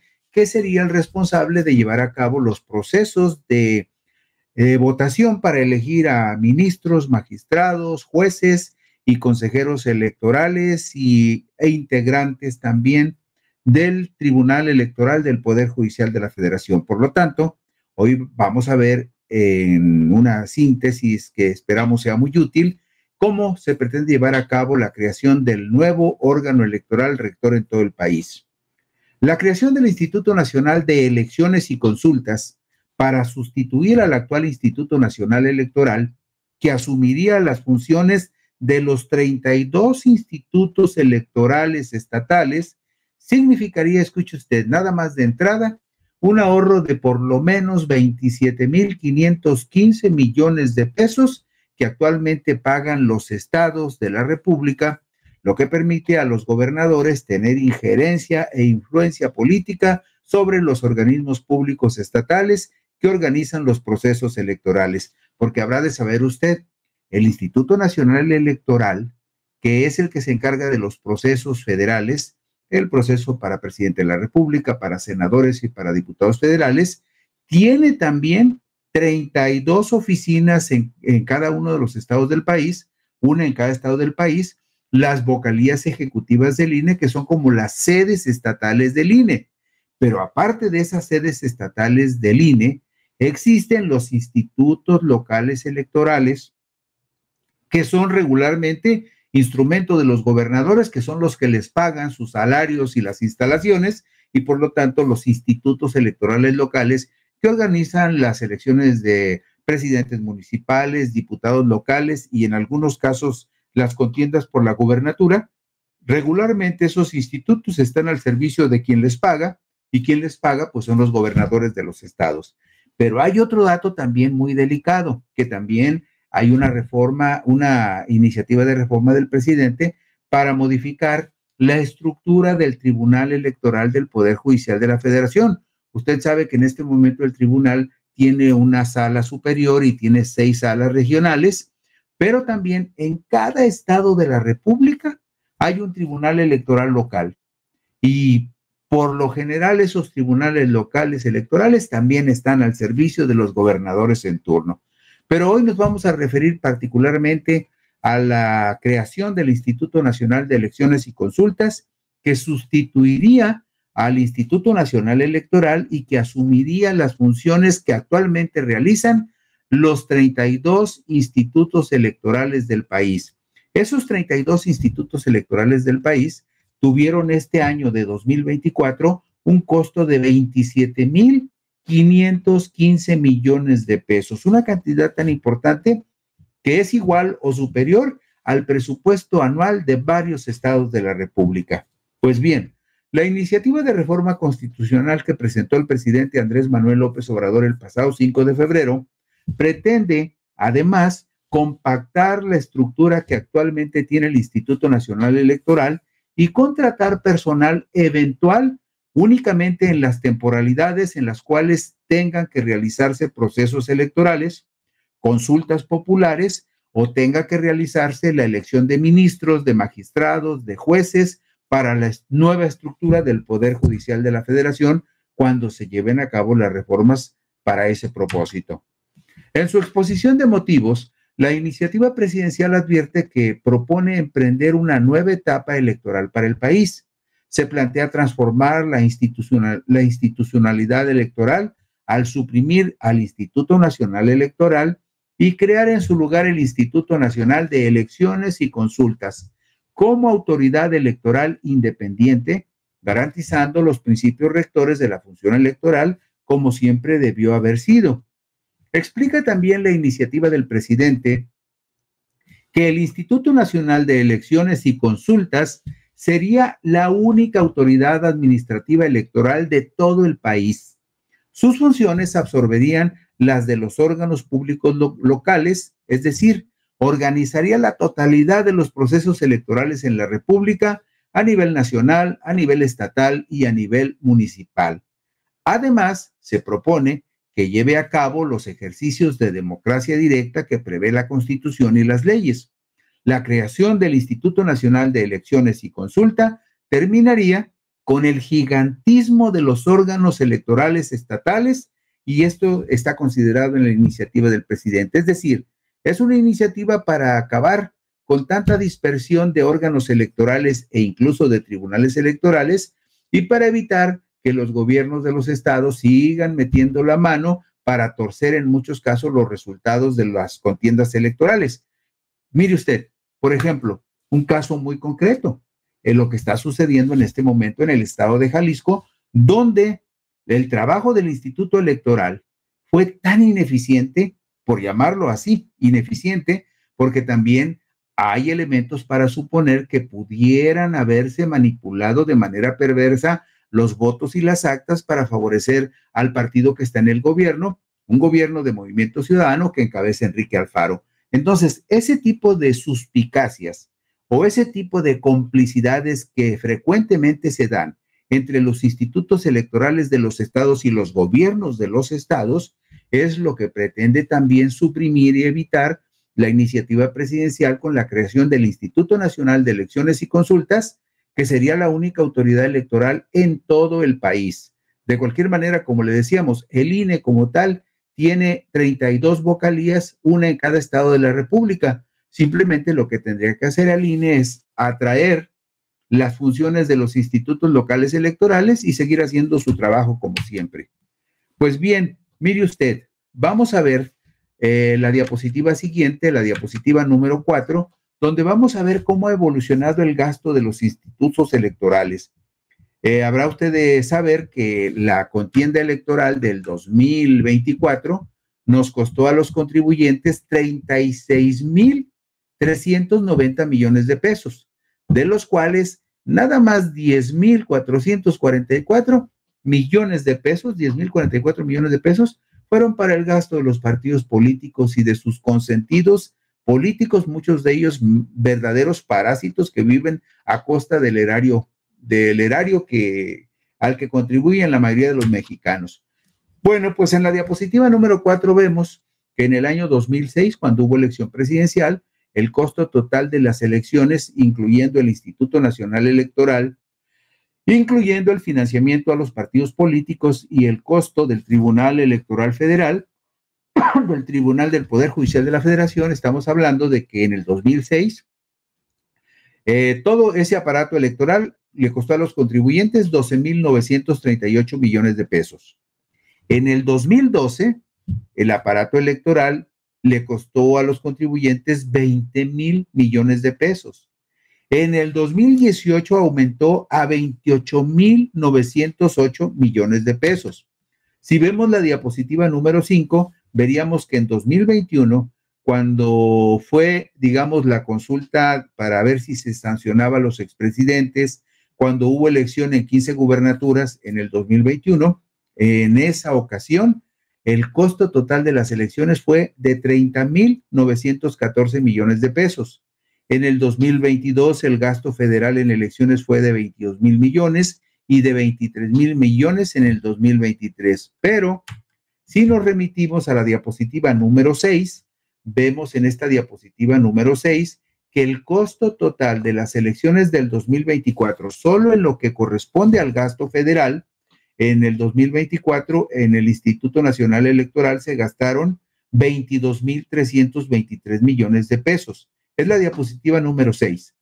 En el financiamiento federal a los partidos políticos se gastaron 10,444 millones y el financiamiento del Tribunal Electoral del Poder Judicial representó 3,623 millones de pesos. Por lo tanto, en conjunto, el costo de los comicios del 2024 fue de 36,390 millones de pesos solo en lo que corresponde al gasto federal. Esto representó, con respecto a los comicios presidenciales del 2018, un incremento de 7,482 millones de pesos. Cuando la iniciativa del presidente dice que hay que compactar el Instituto Nacional Electoral, lo hace evidentemente pensando en bajar estos altísimos costos que se han ido incrementando año con año. Bueno, pero veamos desde otro punto de vista qué pasa con el financiamiento de los institutos electorales de los estados y también del financiamiento que los gobiernos estatales le dan a los partidos políticos. Mire, por ejemplo, ¿qué pasa en los estados? Pues de repente resulta que un partido consigue 4 o 5 diputados y está en la oposición, pero si quien da el financiamiento para el sostenimiento estatal de los partidos políticos o quien lubrica ese extra para los partidos políticos en los estados es el gobierno del estado, pues el gobernador tiene la posibilidad de presionar o de negociar, por llamarlo de esa manera, algunas decisiones en las que se requiere el apoyo de la oposición. Pero el asunto es el siguiente. Nada más en lo que corresponde al financiamiento de los 32 institutos electorales de los estados, este año se gastaron 18,679 millones de pesos. Y en lo que corresponde al financiamiento de los partidos políticos, nada más el financiamiento estatal, no el federal, también se agregan 8,836 millones de pesos. Y mire usted, veamos la diapositiva número 8 para que se dé usted una idea del despilfarro extra que significa que los institutos electorales de los estados y los partidos políticos sean financiados en el ámbito estatal por los gobiernos estatales. Nada más, miren, en esta tabla de la diapositiva 8 vemos, por ejemplo, que en el caso del Estado de México, el Instituto Electoral del Estado de México, no hablamos de la vocalía del INE, no hablamos de la oficina local del INE, hablamos del Instituto Local del Estado de México. Este año costó, o va a costar porque todavía no termina el año, el presupuesto para el Instituto Electoral del Estado de México es la fabulosa cantidad de 3,541 millones de pesos. 3,541 millones de pesos, duplicando las funciones del INE en el ámbito estatal en el Estado de México. Una sangría tremenda, 3,541 millones. Luego, el segundo instituto electoral estatal más caro es el de la Ciudad de México, que le cuesta a los contribuyentes este año 2,974 millones de pesos. Y el tercer instituto más caro de la República lo vemos en la diapositiva número 9, donde aparece el Estado de Nuevo León, que tiene este año un presupuesto de 1,565 millones de pesos. Y ese numerito que usted ve en rojo en la tabla, el 3 significa que en cuanto al financiamiento del instituto, el Estado de Nuevo León es el tercer instituto electoral más caro de la República. El quinto instituto electoral más caro de la República es el Estado de Veracruz. Y si nos regresamos a la diapositiva 8, vemos que el instituto electoral más caro de la República es el del Estado de México, con 3,541 millones. El segundo más caro es el de la Ciudad de México y el cuarto más caro es el del Estado de Jalisco. Todo este gasto dispendioso que se hace en los institutos locales electorales es lo que se ahorrarían los contribuyentes, además de que se conjuraría la posibilidad de que los institutos electorales locales sean manipulados por los gobernadores. Nada más, por ejemplo, en el caso de la Ciudad de México, el financiamiento estatal, no el financiamiento federal que ya vimos, el estatal, digamos, la pizcachita adicional que los partidos políticos reciben en la Ciudad de México, más allá de los 14,444 millones que les da el gobierno federal, en la Ciudad de México los partidos políticos nacionales reciben un financiamiento estatal de 833 millones. Pero en el Estado de México, como lo vemos en la lámina número 8, en el Estado de México los partidos políticos reciben de financiamiento estatal, vea usted nada más, 1,154 millones de pesos. Todo esto que acabamos de ver, esta duplicidad dispendiosa de gasto, es lo que se quiere evitar con la iniciativa de ley que mandó el presidente López Obrador. Bueno, el total de financiamiento federal y estatal a los organismos electorales y a los partidos políticos tuvo un costo este año, va a tener un costo este año porque todavía no termina, de 60,282 millones de pesos. Es una cantidad bárbara. Véalo usted en la diapositiva número 11. Ahí ve usted, por ejemplo, el Instituto Nacional, vemos elecciones federales y estatales, el financiamiento federal y estatal. El Instituto Nacional Electoral recibe 22,323 millones y los 32 institutos electorales de los estados reciben 18,679 millones. La suma del financiamiento de los organismos electorales federal y estatales es de 41,002 millones de pesos. Luego, el financiamiento federal a los partidos políticos es de 10,444 millones y el financiamiento estatal es de 8,836 millones. Estamos hablando de que este año, entre financiamiento estatal y federal, los partidos políticos, esos partiduchos que muchos de ellos no representan a nadie y que solamente le dan vida parasitaria de lujo a muchos de sus dirigentes, esos partidos van a gastar este año entre financiamiento federal y estatal 19,280 millones de pesos. Nada más para que se dé usted una idea del despilfarro y del abuso que esto significa. Y la suma total de financiamiento a Instituto Nacional, institutos estatales electorales y el financiamiento a los partidos en el ámbito federal y estatal, todo eso en conjunto suma 60,282 millones de pesos y es lo que pretende evitar justamente la iniciativa del presidente López Obrador. Y mire usted, nada más para que se dé una idea de lo que significa este despilfarro, porque decimos, bueno, ¿y 60,282 millones de pesos qué significa? Bueno, la diapositiva 12 que nos acaba de poner Luis nos dice lo que significa. Vea usted, el costo de las estructuras electorales del país y el financiamiento de los partidos significa 60,282 millones de pesos, pero ahí le va. Todo el presupuesto de egresos de todo el estado de Colima para el 2024 es de 21,995 millones de pesos, prácticamente un tercio de lo que van a gastar partidos y institutos electorales en los comicios de este año. El presupuesto de egresos de Baja California es de 23,897 millones y de los que alcanzamos a poner en esta tabla, el más alto es el de Aguascalientes, con 35,467 millones de pesos y aún así se queda muy lejos de lo que los mexicanos vamos a gastar en toda la estructura electoral y en el financiamiento de partidos. Por eso este asunto es importante. Es importante porque hay que reducir esos gastos dispensiosos y abusivos. Y también es importante porque esta reforma al Instituto Nacional Electoral tiene que ir de manera paralela con la reforma al Poder Judicial, y el instituto debe de estar preparado en su momento para llevar a cabo las elecciones para elegir ministros, magistrados, jueces y particularmente magistrados electorales. Bueno, pues la iniciativa de reforma al artículo 41 constitucional dice que la organización de las elecciones es una función del Estado que se realiza a través del Instituto Nacional de Elecciones y Consulta en los términos que establece la Constitución. Los que ya le acabamos de decir, o sea, el Instituto Nacional de Elecciones y Consultas absorbería todas las funciones electorales en el país, pero el asunto es cómo se van a nombrar a los titulares de este instituto.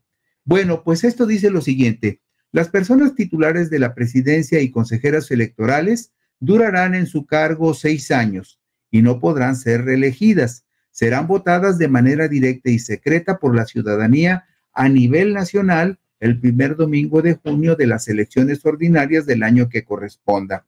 La Cámara de Diputados emitiría la convocatoria para la integración del listado de candidaturas a consejeras y consejeros electorales el día en que se instale el primer periodo de sesiones ordinarias del año anterior al año de la elección.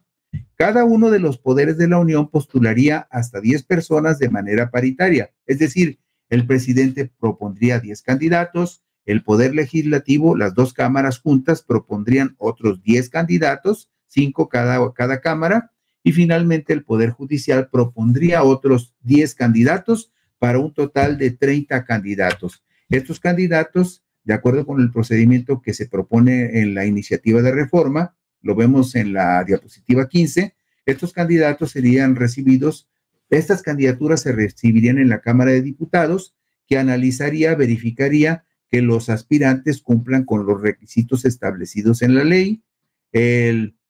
La Cámara de Diputados le informaría al Instituto Nacional de Elecciones y Consultas quienes cumplieron los requisitos para que el Instituto Nacional de Elecciones y Consultas lleve a cabo las elecciones, y después de esto, pues, le informaría a la Cámara de Diputados. La Cámara de Diputados revisaría los resultados, los notificaría a la Suprema Corte, y la Suprema Corte después le daría conocimiento final a la Cámara de Senadores, que sería la que le tomaría la protesta a los consejeros electos, a los consejeros electorales que fueran, digamos, electos en los comicios para encabezar el Consejo General del Instituto Nacional de Elecciones y Consulta. Y de esta manera se concluiría este proceso. Una vez que entren los nuevos consejeros, los que actualmente están en funciones quedarían desempleados y cambiaría totalmente la estructura del Instituto Nacional de Elecciones. Y de esta manera concluimos este tema hoy en Puntos y Comas. Mañana por aquí nos encontraremos y continuaremos con otro análisis relacionado con las reformas constitucionales que propuso el presidente. Gracias y buenas noches.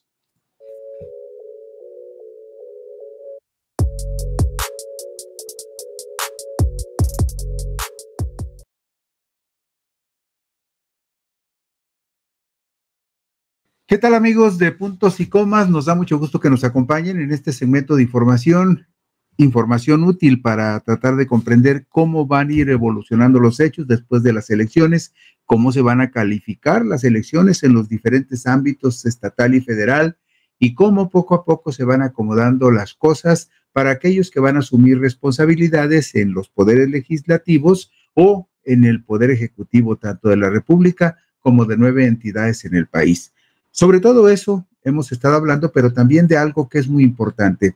Usted sabe que el 1 de septiembre se inicia el primer periodo ordinario de sesiones del nuevo Congreso. Entran 500 nuevos diputados y 128 nuevos senadores. Y en este tramo del mes de septiembre es muy probable que se dictaminen las 20 iniciativas de ley de reformas constitucionales que el presidente envió a la Cámara de Diputados con el propósito de que puedan ser aprobadas en el mes de septiembre, octubre, por la nueva legislatura. La nueva legislatura que entraría el 1 de septiembre podría en su momento empezar a discutir y analizar esas iniciativas, y no sabemos, podría suceder que en septiembre, octubre se aprobaran algunas de ellas. Ya hablamos aquí de la reforma al Poder Judicial, de cómo se podrían nombrar los ministros, los magistrados y los jueces, también de cómo se pretende nombrar a los magistrados de la Sala Superior del Tribunal Electoral, y ayer hablábamos también de cómo se pretende llevar a cabo la reforma electoral para crear un nuevo Instituto Nacional de Elecciones. Pero hay otro punto muy importante que tiene que ver también con una reforma constitucional que es muy simple, pero que tendría profundas consecuencias en la vida política del país. ¿Por qué? Pues porque la mayoría de la gente tiene muy poco aprecio por los partidos políticos. En la mayoría de los casos, la gente considera que los partidos políticos son un mal necesario, pues los partidos o las dirigencias de los partidos o las camarillas que controlan los partidos políticos manipulan el monopolio del registro de los ciudadanos que pretendan participar en la vida pública mediante alguna candidatura, algún cargo de representación popular o algún puesto ejecutivo en el gobierno. Todo eso pasa por las cúpulas de los partidos que manipulan a su antojo las decisiones sobre quién puede ser postulado o no a un cargo de elección popular. Pero también, por lo mismo, por ese tipo de observaciones que se le hacen a los partidos políticos, uno de los temas que suscita mayor indignación en la opinión pública es la millonaria cantidad de recursos del erario que año con año son entregados a los partidos políticos nacionales y locales para el sostenimiento de sus estructuras y de la obtención del voto. Es decir, todos, de una forma u otra, percibimos que hay partidos políticos que no deberían de existir, que hay partidos políticos que son demasiado caros para los contribuyentes y que aportan muy poco a la vida política y que muy poco enriquecen la democracia, porque son partidos que en muchos casos viven de manera parasitaria encima de otros partidos más grandes que llegan al poder, pero también de manera parasitaria porque se nutren con los recursos públicos que el pueblo aporta, sin que esos partidos, si usted sabe que hay algunos muy identificados, como por ejemplo el Partido Verde, poco le aportan a enriquecer la vida pública de la República. Bueno, por esas razones, despierta mucho interés la iniciativa de reformas constitucionales presentada por el presidente de la República, Andrés Manuel López Obrador, de disminuir, escuche usted, disminuir hasta en un 50% el financiamiento a los partidos políticos, aunque los términos en los que lo plantea el mandatario son todavía insuficientes para atemperar el abuso en el subsidio que reciben esas organizaciones. El financiamiento de los partidos políticos debería calcularse con base en el número de votos reales que en conjunto hubieran logrado esas organizaciones en los comicios inmediatamente anteriores. Sobre los votos recibidos en las urnas, sobre el respaldo que realmente les otorgue la ciudadanía, se debería de calcular el subsidio de los partidos y no sobre el total del padrón electoral, pues usted sabe bien que a las urnas nunca acude el 100% de los ciudadanos que tienen o solicitaron una credencial de elector. En los comicios presidenciales del pasado domingo 2 de junio, votó el 61.04% de los ciudadanos inscritos en la lista nominal de electores. En los comicios para presidente de la República, 61.04% de participación. En la contienda para senadores de la República, votó el 60.95%. Y en la contienda para diputados federales, votó solo el 60.54%. Por eso es importante hacer la observación de que el financiamiento de los partidos no se debiera calcular sobre el padrón electoral, y es más, ni siquiera sobre la lista nominal de electores. ¿Por qué? Pues porque se calcula sobre un universo de ciudadanos que no están en las urnas y que jamás han respaldado o respaldan a esos partidos políticos para que tengan más dinero. Mire usted, cuando hablamos de que los partidos políticos están muy mal acreditados, nos vamos a la diapositiva número 3 para que usted vea esta encuesta. Resulta que cada 4 años el Instituto Nacional de Estadística y Geografía hace una encuesta muy robusta, robustísima. Hace 25,113 entrevistas a personas de 15 años y mayores en sus hogares cara a cara en los 32 estados del país.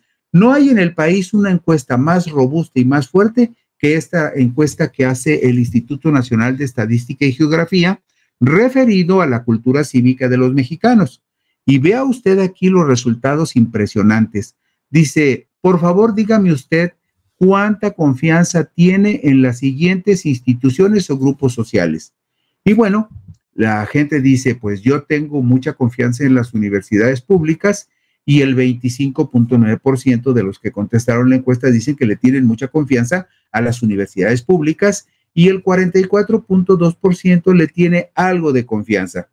Luego aparecen por allí en segundo lugar los sacerdotes, pero esto sí ya con un 16% de mucha confianza y un 34.7% de algo de confianza. Por ahí, algunos medios de comunicación se pueden sentir contentos, pero el porcentaje es muy bajo.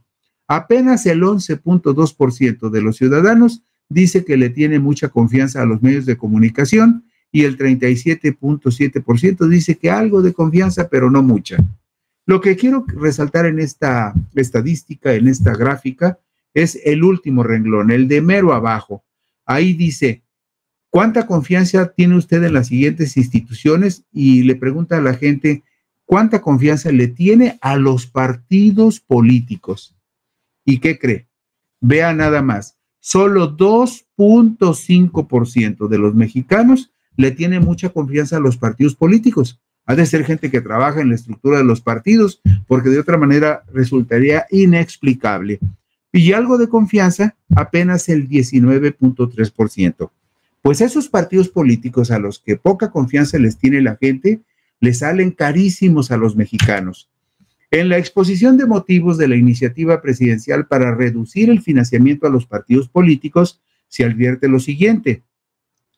Cuando se introdujo el sistema de financiamiento anual de los partidos políticos, se buscaba detener las transferencias subrepticias de dinero público en favor del partido oficial, principal elemento de inequidad respecto de otras expresiones políticas.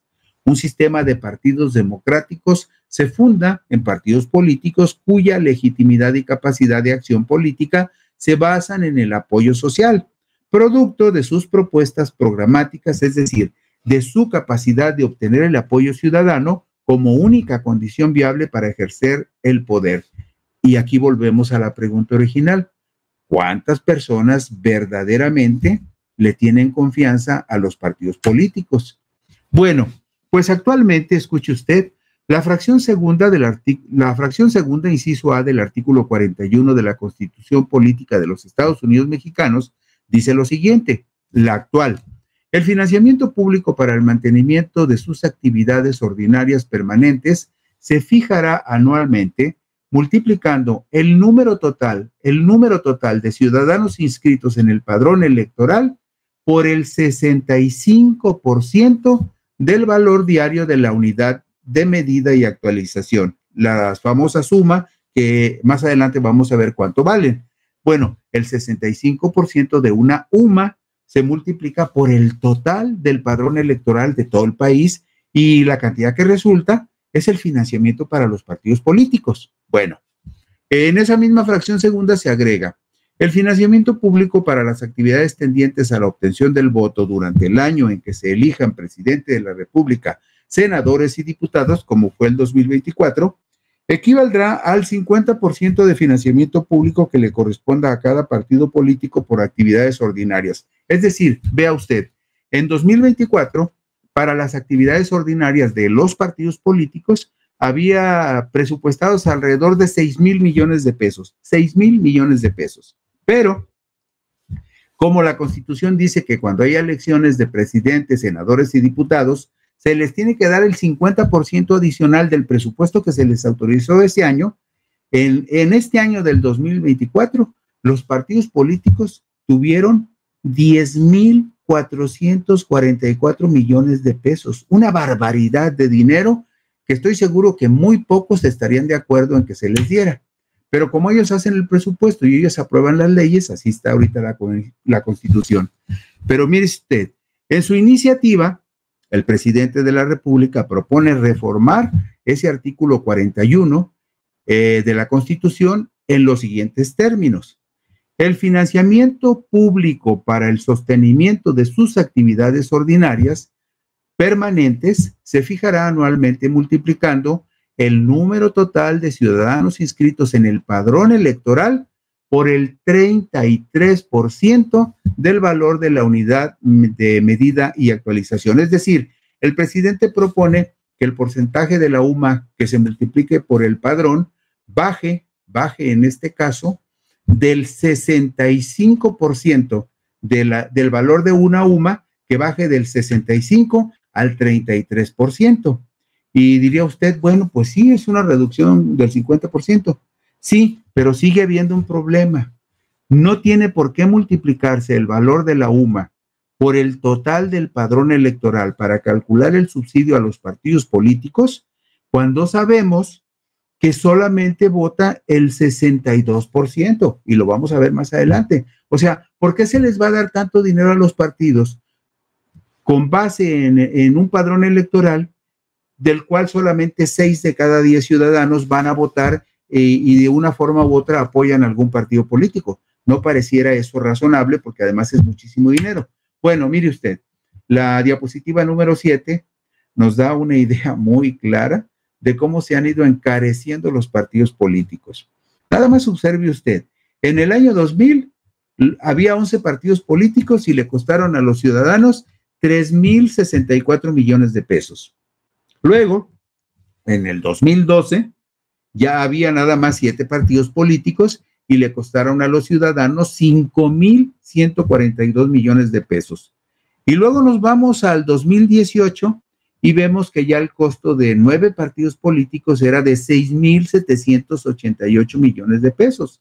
Y en el 2023, el costo de los partidos políticos ya andaba en 6,233 millones. Pero en 2024, los 7 partidos políticos nacionales con registro gastarán en el transcurso del año 14,444, perdón, aquí estoy equivocada la cifra, no, gastarán 10,444 millones de pesos. Eso es lo que le van a costar a los ciudadanos los partidos políticos este año.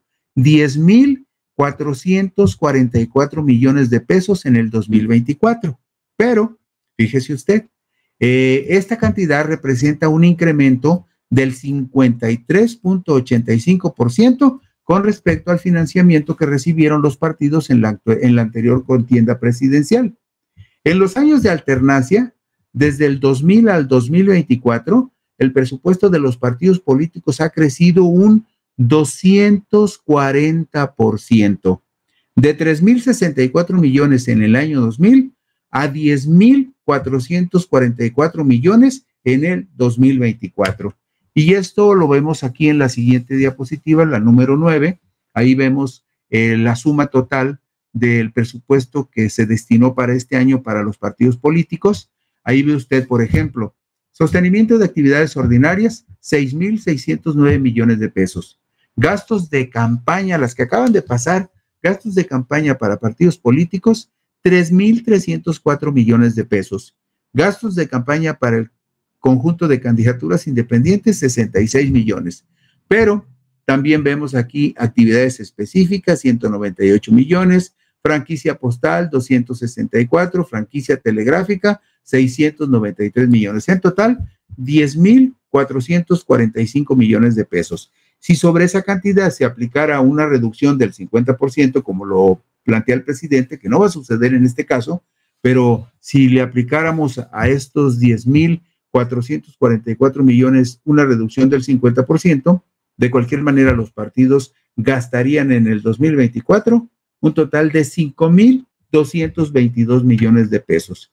Y ya nada más así como referencia, para que la vea después con más calma, en la diapositiva número 10, tenemos lo que este año va a gastar cada uno de los partidos con registro nacional. Ahí ve usted, por ejemplo, que Morena, este año, nada más este año, Morena va a gastar 2,046 millones de pesos. Movimiento Ciudadano, 646 millones de pesos, por ejemplo. Y luego ve usted, estamos hablando nada más de las actividades ordinarias. Y luego arriba, por ejemplo, el PAN, 1,226 millones, el PRI, 1,201 millones, pero luego cuando nos vamos a los gastos de campaña, en el caso, por ejemplo, de Morena, además de los 2,046 de actividades ordinarias, auméntele 1,023 millones. Y así sucesivamente, lo puede usted ver con más calma después haciendo que se detenga la imagen.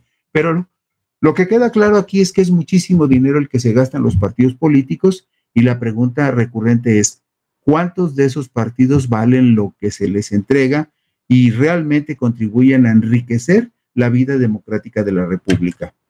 El padrón electoral, esto es muy importante, el padrón electoral, explica el Instituto Nacional Electoral, incluye a toda la población de 18 años de edad y mayores que se inscribe para tramitar su credencial de elector. Todos los que cumplen 18 años y van al INE y le dicen, oiga, yo quiero tener una credencial de elector, todos esos se registran inmediatamente en el padrón electoral. Pero en la lista nominal de electores solamente aparecen aquellos ciudadanos que ya recibieron su credencial de elector vigente. Es decir, no es lo mismo el padrón electoral que la lista nominal.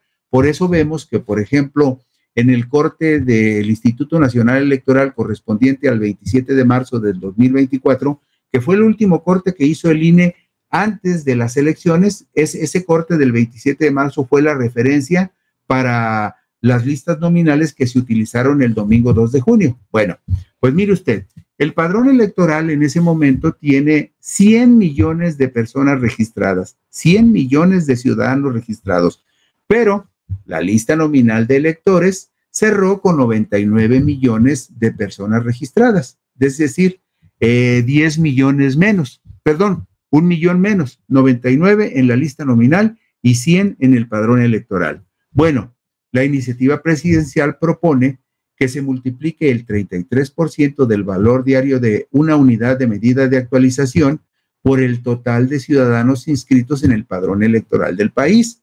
Actualmente la UMA, la unidad de medida y actualización, vale 108 pesos con 57 centavos. Por lo tanto, el 33% de una UMA equivale a 35 pesos con 82 centavos. Por lo tanto, si multiplicamos esos 35 pesos con 82 centavos por los 99 millones de ciudadanos que actualmente están inscritos en la lista nominal, nos vamos a dar cuenta que el financiamiento a los partidos políticos tendría que ser de 3,546 millones de pesos. Y si lo multiplicáramos por los 100 millones que están en el padrón electoral, 100 millones de ciudadanos en el padrón electoral, el financiamiento de los partidos políticos tendría que ser de 3,582 millones de pesos. 3,582 millones de pesos. Es una barbaridad de dinero. Mire usted, en la diapositiva número 13 vemos lo que le decía hace un momento, aquí se lo documentamos, de la gente que está en el padrón electoral o en la lista nominal, nada más va en promedio a votar el 60%. Ahí tiene usted, por ejemplo, la votación para presidente de la República con el rombito morado y la elección de diputados federales en las barras de color rosa, desde el año 2000 hasta el año 2024. Bueno, pues el promedio de participación ciudadana en elecciones presidenciales entre el 2000 y el 2024 es del 62.02%. En la elección del 2 de junio, en la elección presidencial, fue el 61.04%. Y en la elección de diputados fue del 60.54%. Pero el promedio histórico desde el 2000 hasta el 2024 en las votaciones para diputados federales, el promedio es de 54.86. Por eso no suena razonable que para calcular el financiamiento a los partidos se tenga que multiplicar un porcentaje de la UMA, el 33%, por el 100% del padrón electoral, cuando a las urnas solamente acude el 60% de las personas. O sea, en razón del número de votos, del porcentaje de votos, es en razón de eso, de lo que se debería de definir el financiamiento de los partidos. Y lo vemos enseguida, por ejemplo, en la diapositiva 14. Los votos totales en la elección de presidente de la República fueron 60,115,000. Los votos para la elección de senadores fueron 60,003,726. Los votos totales de la elección de diputados fueron 59,4 466,468. Póngale usted, en promedio 60 millones de personas votaron en las 3 elecciones federales del domingo 2 de junio. Por eso, si ese fue el promedio de votos de 60 millones, si multiplicáramos el 33% de la unidad de medida de actualización, que vale 35.82 pesos, 35 pesos con 82 centavos, por esos 600 millones de votos reales que verdaderamente recibieron los partidos políticos, el financiamiento equivaldría solo a 2.149 millones de pesos, es decir, 1.397 millones de pesos menos para los partidos políticos si este porcentaje de la UMA se sigue multiplicando por el padrón electoral de todo el país. Entonces, este es uno de los asuntos que los diputados tendrán que analizar, porque aún con el 33% de la UMA multiplicado por el total del padrón electoral, sigue habiendo un abuso en la disposición de los recursos públicos, porque ese porcentaje de la UMA del 33% que propone la iniciativa presidencial debería multiplicarse solo por el número real de votos que se hubiesen recibido en las urnas en la elección inmediata anterior. Si hay votos, hay dinero. Si no hay votos, no hay dinero, y de esa manera obligaríamos a los partidos políticos a trabajar en serio en la cultura política y democrática de la población. Gracias. Por aquí nos encontramos el lunes próximo en Puntos y Comas.